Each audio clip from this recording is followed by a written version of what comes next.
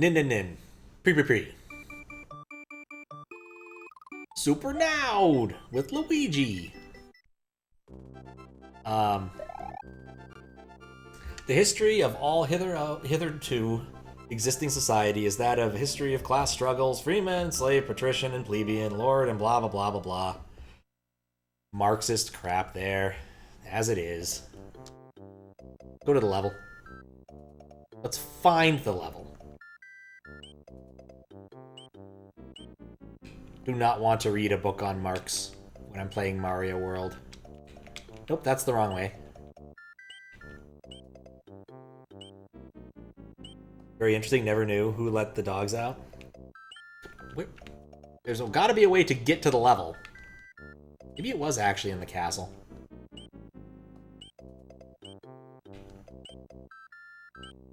There it was. Yeah, I remember this now. A lot of free lives. And it's actually possible. The backwards Mario thing is so weird. He has a nice hat, though. I do like the hat. But, like, you can clearly see this is a level designed off of that one level in Bowser's Fortress. Bowser's Valley. That was a lot of moons. Invisi-moons. Marxio World. I mean, he is a red guy.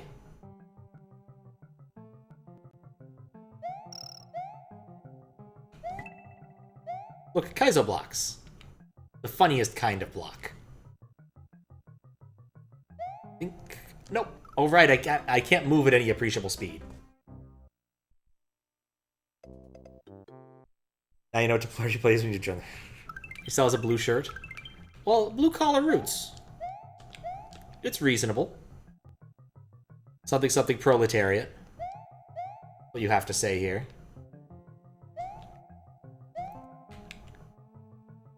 I don't intend to play this straight for very long.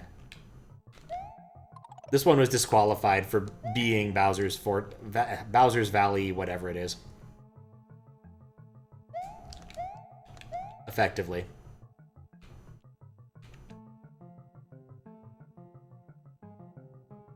What was the mushrooms of PNG gum scare? Surprisingly, no. I actually know for a fact that that's not in this.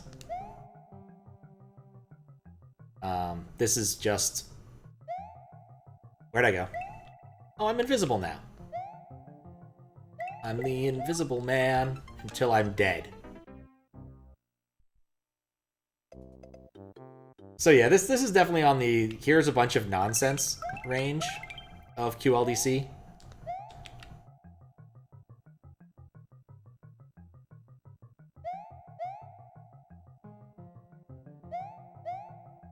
Which wasn't an unsurprising number of them.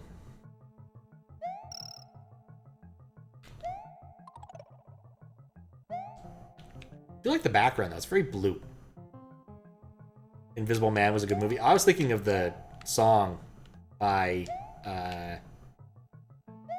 please? Scatman John.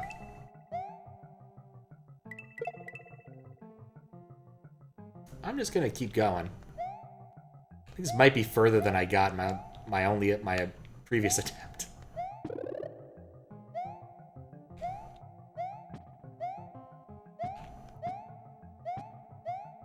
Noticing a pattern here. Nope. Dang it.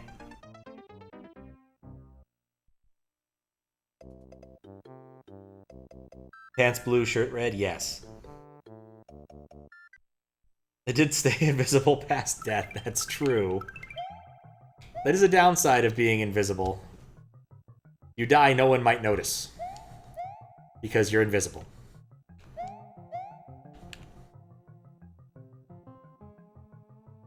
Yeah, it's not questionable level design. We don't make your own.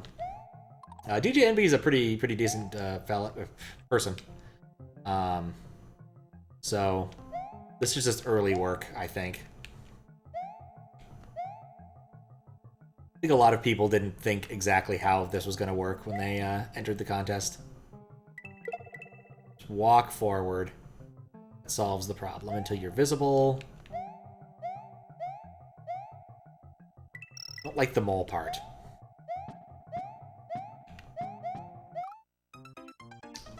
Usually I'm smart on that. People will eventually notice the smell, which makes the invisible corpse much worse. I mean, it's possible, but there's definitely been cases of people, like, dying and nobody noticing for months on end. Somehow. I mean, I guess it depends upon where you die. People already don't notice when people die sometimes. It's a morbid conversation. I'm done with this.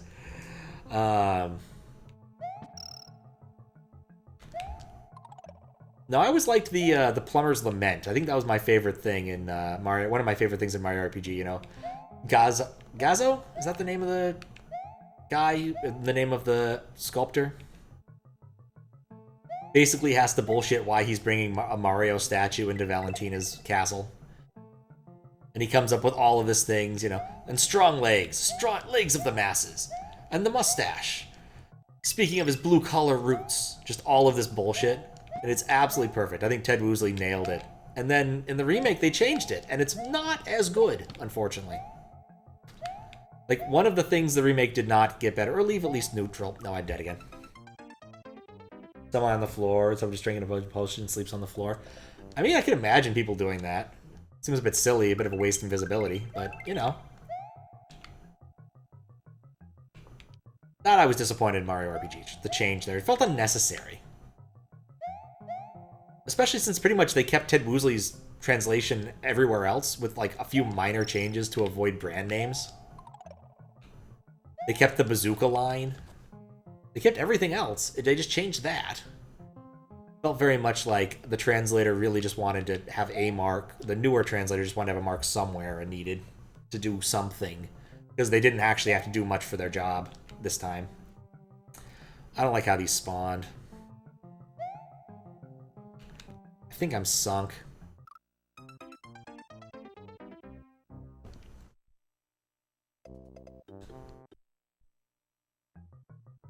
What are you talking about?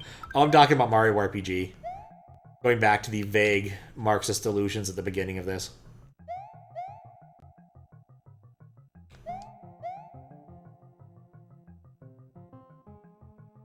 That's true. If there's a bounty, it could be a way to sleep undisturbed. That's true. It's a very sci-fi sort of issue, though. Go. See if the spawns work out better this time. I think this is good. So much off-screen nonsense. Come on, just outrun that. That's the first time I've hit that. But yeah, there's a poem. It's something of an ode to Mario in Mario RPG. There's a bit in the game where you're trying to sneak into another area, and so this guy disguises you as a golden statue. And he has to justify why he's bringing this golden statue of Mario into this particular area. And so he comes up with a bunch of patter about this Mario statue. And it's quite good. I wonder how closely it matches, like, the Japanese patter. But Ted Woosley did a good job of translating that because it's just entertaining. Like, it works well. And then the more recent remaster stuff, they changed it. And that's, like, one of the only things they changed in the entirety of it. So I find it very strange.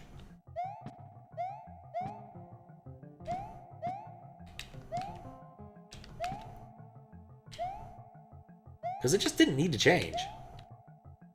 There we go. Abuse mole. What? Nope, that was just me falling off. I thought something interesting might have happened, but no.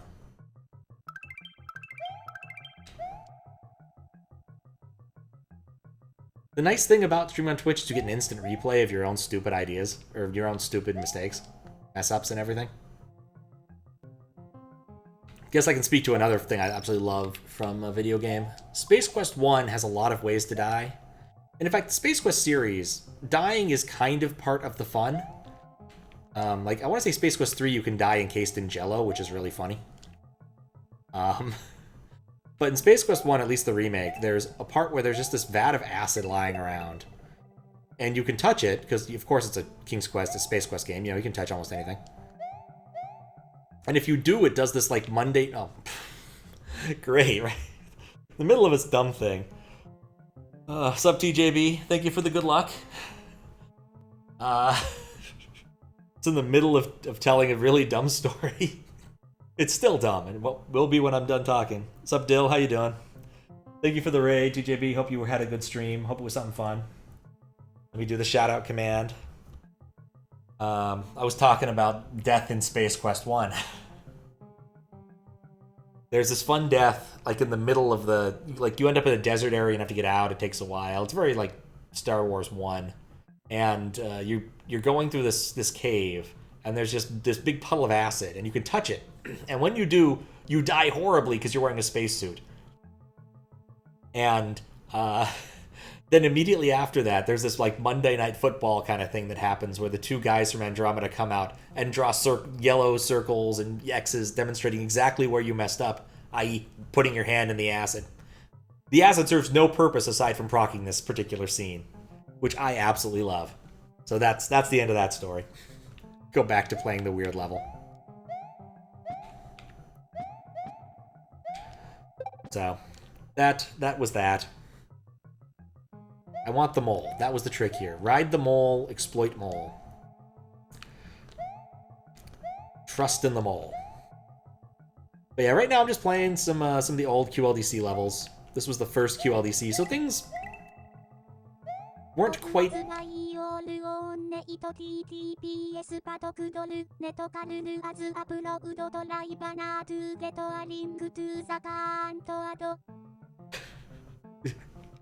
That's also true. You can buy your own ads. I'm gonna wait for the mole to come back. I feel like that's the smart move. It probably won't come back. Nope.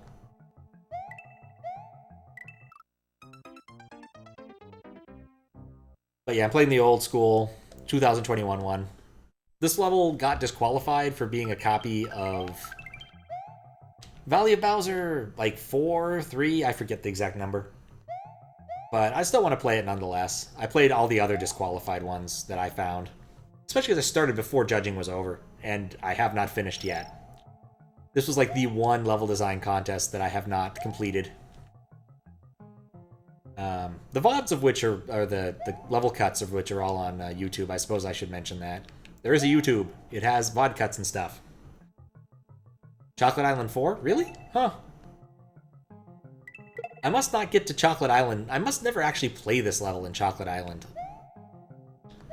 Because every time I do chat hacks, I think I loop around and do the Chocolate Secret. Chocolate Secret. Didn't know I have a Desi yet? Yeah, Desi bought 3. I didn't make any... Well, okay, let me phrase this. Actually, no, this is true. I didn't make any of these ads. I did upload a couple of test ads, and I think I got rid of a few of them. But everything else has been people who watch the stream. I think TJB had a couple. I know Daizo has a bunch. Jamie has some. Yeah, make them, upload them. They're relatively cheap. I think it's like 750 channel points last time I checked. I'm very certain the ad system is up and running because I checked it before the stream.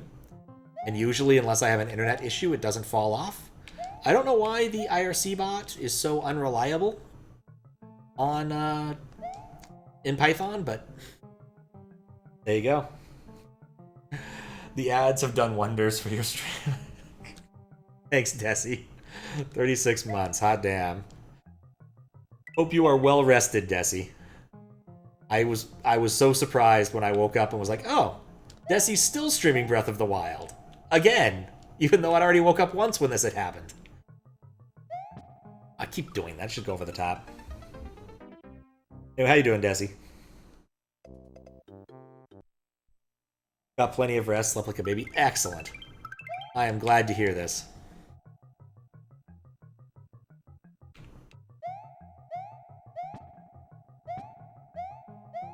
There we go. Doing alright, got a lot done around the place. Oh, that's good. Yeah, I need to do more. I spent a chunk of Monday doing dishes and cleaning up. Cleaning never ends, it's true.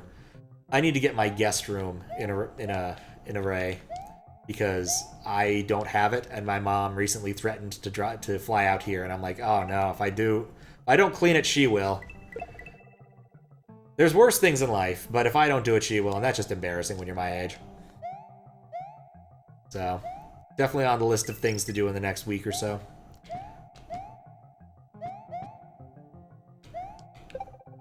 Go. Ride them all.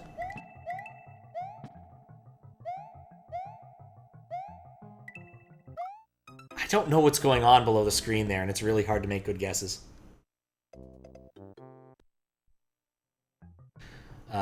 Also, Desi, I did beat Mylon Secret Castle. It only took about another hour and change. So that's good and done with. Overall, I still don't think it's a great game, but it's not nearly as bad as the AVGen made it out to be. But it is hella obscure in what you're supposed to do a lot of the time. That was super close. I didn't realize exactly how close I was. I'm so glad I stopped because I was tired. It was getting late. But it was still good. Never seen the episode, maybe you should. Yeah, maybe. I think if you want to. I think frequently, like, the AVGen thing is a little overblown. There's a few where he's right, but also it's silly. Like, it's just... bad video games will exist. I have less of a need to yell about them now than I used to. I did also manage to resist the entire time I was playing it to calling it Mylon Shitty Asshole, which is sort of the mimetic phrase that everyone took from that episode.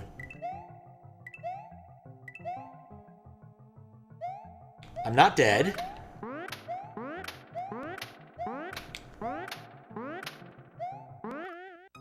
I was close. Maybe I did beat this level. Who uploaded a VOD of him beating Mylon Secret Castle a few months ago? I mean, it's not uncommon. I think a lot of people want to go back or get requested games. I don't know what Pooh's strategy on that is, but...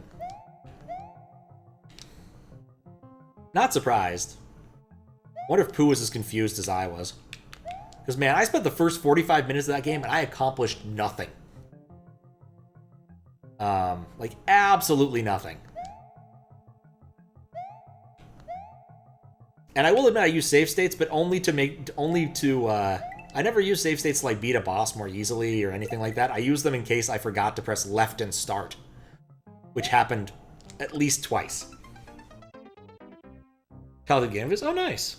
Didn't realize. Do think the game did not need push blocks to require so much pushing. Yeah, that's really annoying. The same mechanic shouldn't have been so obscure, agreed. I think Masunu's already a challenge unless it's one credit run. Yes. Did it in a stream, it was super fun. Yes, but Desi, you like do 24-hour streams often. I don't. How long did it take you out of curiosity? And did you take... you didn't take it. You didn't read the manual. I did read the manual. Fistbit was like, you should read the manual, so I did.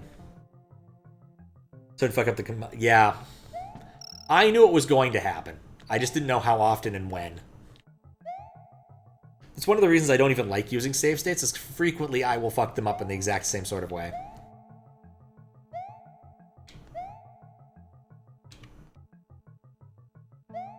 Go! Over the river and through the woods, past this thing that makes me invisible. Ah, that was a little wall clip that was really nice.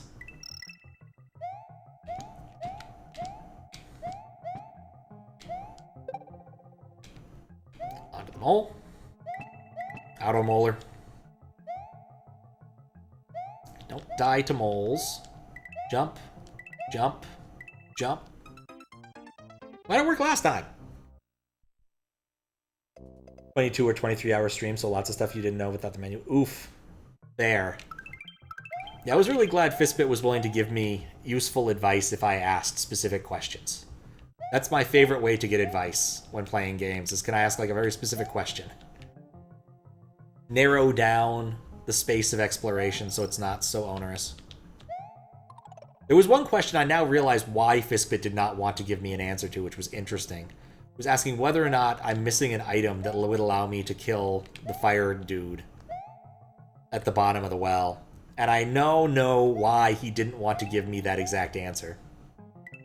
Because the answer would have been yes, and I would have gotten massively sidetracked trying to find it. Even though I couldn't get it yet. It was the water bucket. Also went to the well before you lit it up.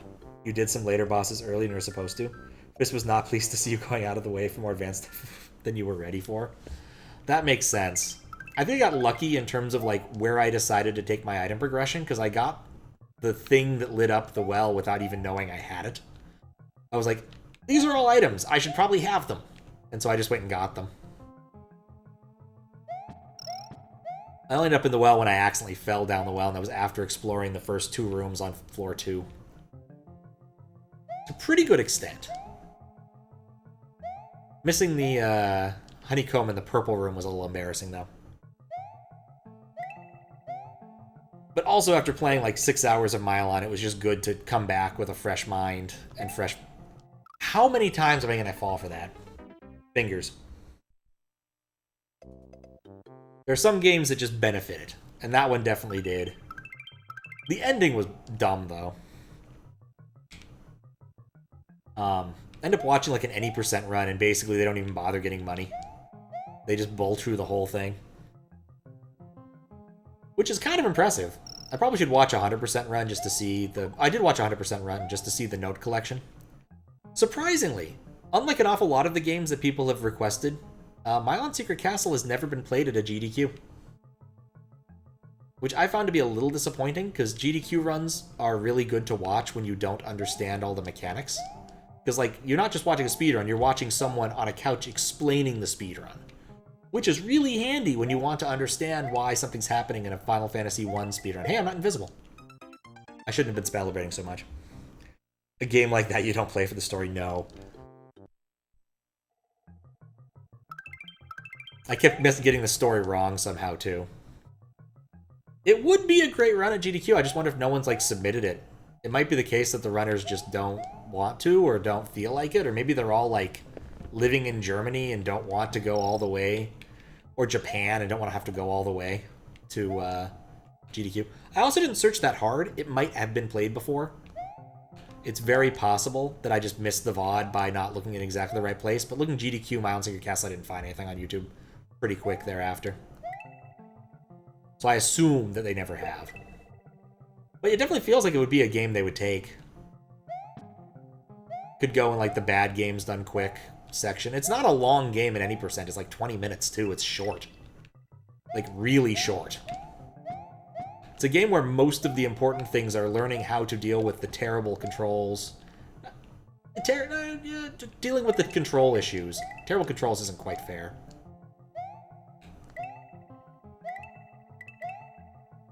I have no idea why I lived that time.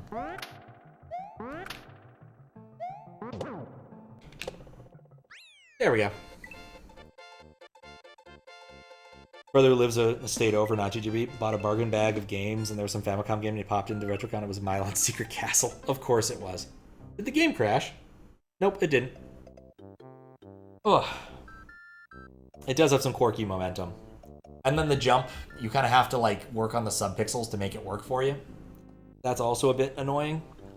But anyway, nice to have beaten that properly. I'll have to go check to see if I didn't completely beat this one. I don't think I did, but I put it back in the list of redos. And thank you for the G. But yeah, it's an interesting level. But yeah, there's some obnoxious... We're talking about a Milon. Trying to get to the room where you buy the sword or buy the other thing was really annoying. Because it kept bumping my head until he told me to bump my head to reset subpixels. I was just doing the same thing over and over. Would be so bad for enough lightning? Absolutely. The random lightning is just awful. Like, the game just has an awful lot of things that if they sanded off the rough edges and did a re-release, people would probably enjoy playing it. Like, put it on Steam for $10 or something. But I doubt it'll happen.